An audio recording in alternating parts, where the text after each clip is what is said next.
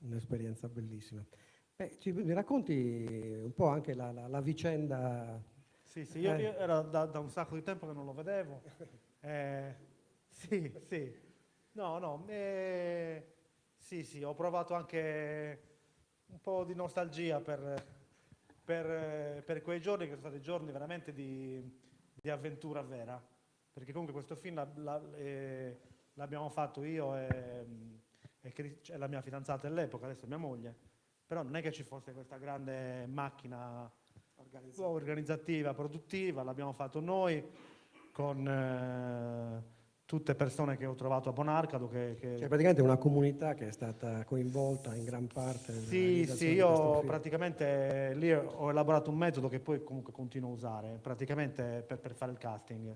Cioè individuare un personaggio che mi interessava, soprattutto fisicamente, perché io sono molto, molto interessato dai corpi delle persone, da come sono fatti, da come camminano, da una fisicità così etnograficamente espressiva, ma non solo etnograficamente, proprio nel caso di questo film e di tutti i film, all'espressività proprio artistica di certi corpi. Per cui il metodo è, quando io individuavo uno, mi facevo dire da mia moglie dove abitava e andavo a casa sua, mai al bar, mai fare scenate al bar dove fanno le battute e non succede mai niente. Io bussavo a casa loro e davanti alla moglie o a un testimone mi facevo promettere impegno e infatti i pezzi più forti me li porto ancora dietro. Cioè, adesso sono vecchi, Sì, alcuni sì. di questi hanno i capelli bianchi.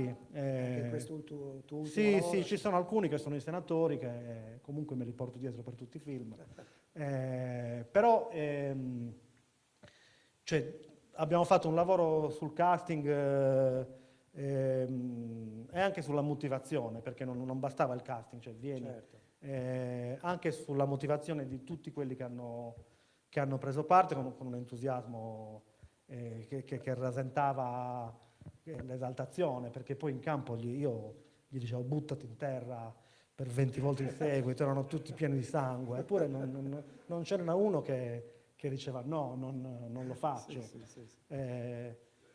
Infatti quando poi è venuto a Corsi a sostituire invece l'insostituibile Pugeddu, perché in effetti Pugeddu cioè, ha una grazia, Luca Pugeddu è l'attore che fa l'arbitro, una grazia di ballerino, una fisicità impareggiabile, insostituibile. Quando è arrivato a Corsi si è un po' spaventato all'inizio, intanto degli insulti che dicevano in sardo, intraducibili.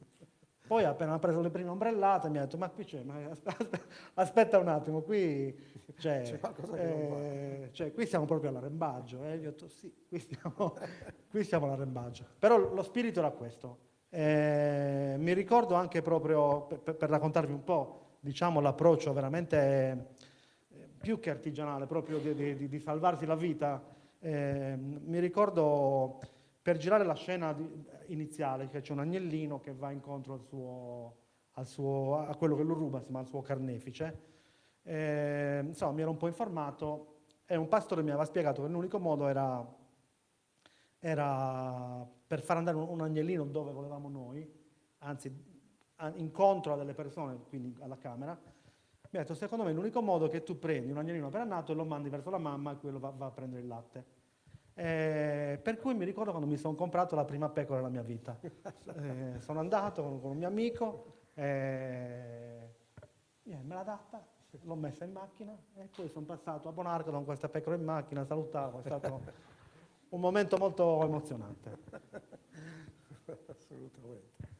E insomma, anche, diciamo che l'arbitro per te è stata anche una bella palestra, no? Perché tutto sommato, come tu stesso hai detto, hai realizzato un film di grandissima qualità, ma con risorse alla fine minime, insomma, oltre il finanziamento di Avisa, poi avevi trovato, ricordo, un po' di contributi anche Sì, dalla fondazione e un po' dalla provincia, però praticamente noi abbiamo speso tutto quello che c'era a disposizione, l'abbiamo speso per avere una troupe di professionisti.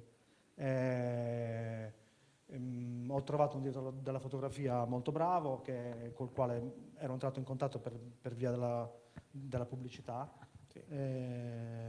E niente, lui mi ha aiutato a mettere in piedi una troupe insomma, di professionisti veri, di persone che facciano questo di lavoro. Abbiamo noleggiato anche delle attrezzature. Non era il tuo primo set però questo, no? No, io ho già fatto qualche corto più amatoriale e poi avevo già iniziato a girare qualche piccolo Ricordo, spot sì, pubblicitario. qualche spot pubblicitario, Sì, no, sì. non era il mio primo set. Sì. Bene. Dopodiché, niente, quando abbiamo fatto il film lungo, no, ci tengo a dirlo perché a volte sento per dire era meglio il corto, lo so che era meglio il corto, però ecco, ci tengo a sottolineare questo, che il lungo non è un corto allungato, Certo. perché io spesso vedo film lunghi tratti da corti e uno ha l'impressione della minestra allungata, il brodo allungato per fare minutaggio. Quello che abbiamo fatto con Barbara Alberti, che mi ha aiutato a scrivere la sceneggiatura, praticamente noi abbiamo scritto un prequel, cioè quindi abbiamo preso questa partita che c'è in questo corto e abbiamo raccontato la storia di chi è Mazzuzzi, da dove arriva, perché qua è solo un eroe locale che poi si mette la parrucca, invece abbiamo raccontato la sua storia.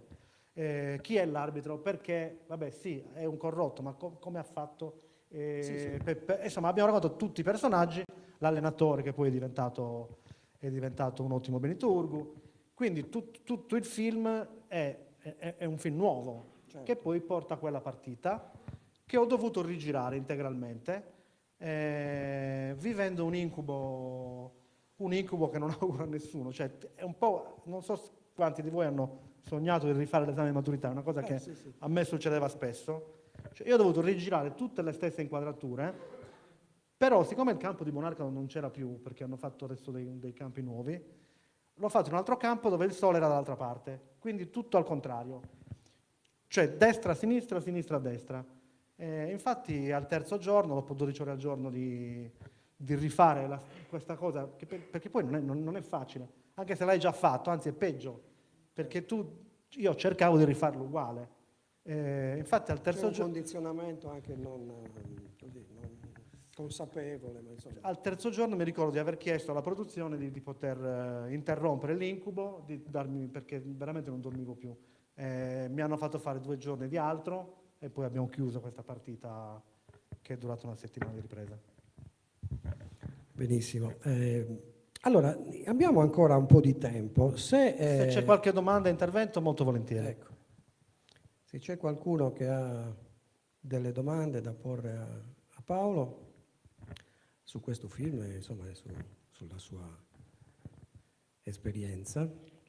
Se no me le faccio anche da solo, tanto No, l'ho presentato molto spesso l'arbitro. Mi chiedono sempre perché l'hai fatto in bianco e nero. È una domanda tipica.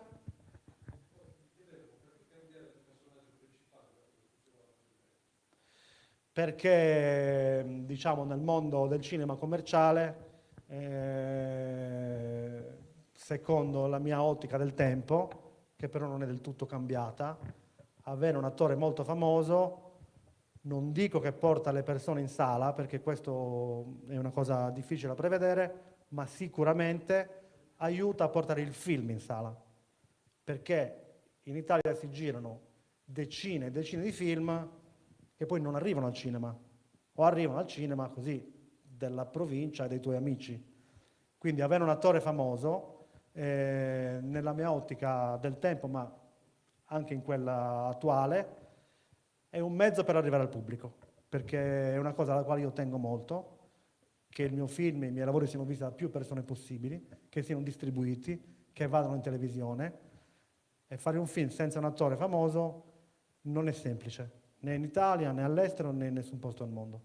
Quindi è stata una scelta in un certo senso commerciale, e in un certo senso perché una certa ambizione al successo, secondo me, io ho pensato che fosse una giusta ambizione. Ecco, poi ci sono registi che dicono io me ne frego, faccio quello che penso sia giusto per me. Io un po' tendo ancora così a confrontarmi mentalmente col mercato. Poi, se devo dirti la verità, tanto è una cosa che ho detto anche pubblicamente, Stefano Accorsi l'ho scelto veramente per caso, nel senso che l'ho incontrato per caso. Cioè l'ho incontrato in un albergo dove stavo per altri motivi, gli ho fatto vedere il corto, io a Roma ce l'avevo sempre in tasca, sempre pronto. Gliel'ho fatto vedere, gli è piaciuto e niente, l'ho acchiappato così. Ma non sono pentito, però riconosco una leggiadria a Luca Pugeddu che è anche così una faccia da schiaffi che è davvero notevole. Allora, visto che hai introdotto prima questo bianco e nero, di cui abbiamo anche già parlato anni fa, però insomma... No, il bianco e nero è una scelta che secondo me sposta il film su un piano più astratto. Cioè, io non volevo assolutamente fare un racconto sociologico dello sport o della violenza nello sport, men che meno, o dare una rappresentazione della Sardegna o di un certo contesto paesano calato storicamente o geograficamente. Il film nasce da una frase di Sant'Agostino, che io avevo letto che questa frase era la frase preferita di Samuel Beckett. Questa è una cosa che ho letto in un saggio mentre preparavo un esame universitario. E questa cosa mi aveva incuriosito e da lì sono partito per scrivere questo corto. È proprio perché è un corto che parte da Sant'Agostino, che ha più una simbologia, se vogliamo, anche metafisica che sociologica. Ecco, il bianco e nero è un'arma, secondo me, molto forte per elevare, per astrarre, per sradicare il racconto, cioè, dalla realtà.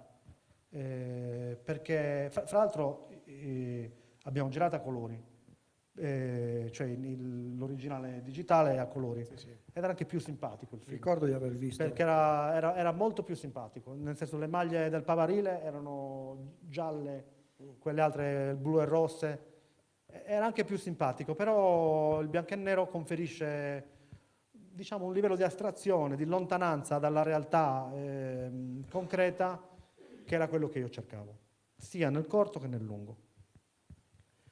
Qualche altra domanda?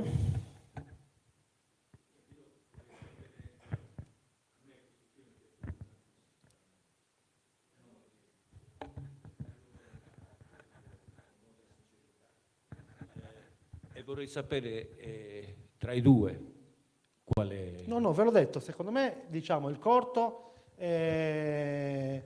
per dei misteri che il cinema offre, perché è una cosa un po' misteriosa, come in un film poi rimanga impressa un po' lo spirito di chi l'ha fatto in quel e anche di quel momento in cui si è fatto. Secondo me il corto ha una ruvidità, una sincerità un po' maggiori rispetto al lungo, che però io non voglio buttare nel cestino questo lungo. Io penso che sia un ottimo film, penso che ci sono dei momenti che nel corto non ci sono nel lungo di alta cinematografia, che però nel suo complesso, come è possibile, il corto è un cannonau fatto in cantina, il lungo è un vino leggermente più... passato in barrique. Sì, sì. E io odio il barrique. Sì, diciamo che questa O la metafora, barrique. questa metafora può reggere, però ecco, non è proprio un tavernello dal mio punto di vista. Beh, insomma, sì, il corto è un gioiello. Qualche altra domanda? Perché sono le 5:30, noi possiamo anche permetterci, se voi volete e se Paolo è d'accordo, vederci anche il secondo corto, che dura 11 minuti, che è un corto di animazione, che è appunto Bella di notte. Sembra Sì. che ci sia... che sia favorevole Vabbè. al nostro pubblico. Va bene, vi dico brevemente come è nato, proprio in un minuto. Dei ragazzi con cui lavoravo sempre per fare piccoli spot, un giorno mi hanno detto: noi vorremmo fare, mi dissero così, una trilogia di cortometraggi e mi diedero tutta una serie di paletti, ma moltissimi paletti, su come dovevano essere questi cortometraggi di questa trilogia. Cioè mi dissero: deve essere la narrazione in prima persona, il tema la Cabadora, l'ambientazione è un paese senza nome, lo stile è quello di un romanzo gotico. Io gli ho detto, talmente, aggiungete ancora un po' e ve lo fate. No, in realtà mi hanno messo talmente tanti paletti che l'ho presa un po' così come una sfida. Ho detto, vabbè, ok, volete, ve lo scrivo. E l'ho scritto veramente in fretta, nel senso che mi sono messo, poi l'ho perfezionato, l'ho aggiustato, però diciamo che l'ho scritto un po' come una sfida. Poi ovviamente la trilogia non si è mai fatta, perché quando qualcuno dice voglio fare una trilogia, non si fa mai, mai, io non ho mai visto una trilogia fatta da chi l'annunciava prima di fare il primo. Sì, sì. Però questo, una volta che io ormai l'avevo scritto, poi loro, insomma, il loro progetto così produttivo è fallito nel nulla, allora ho detto: ragazzi, io questa cosa l'ho scritta, visto che ce l'abbiamo, proviamo a mandarla a Avisa, o Avisa, insomma. Allora l'abbiamo mandata e poi è stato prodotto grazie all'ISRE. Questa è stata la breve storia di questo corto. Bene. Ok, grazie.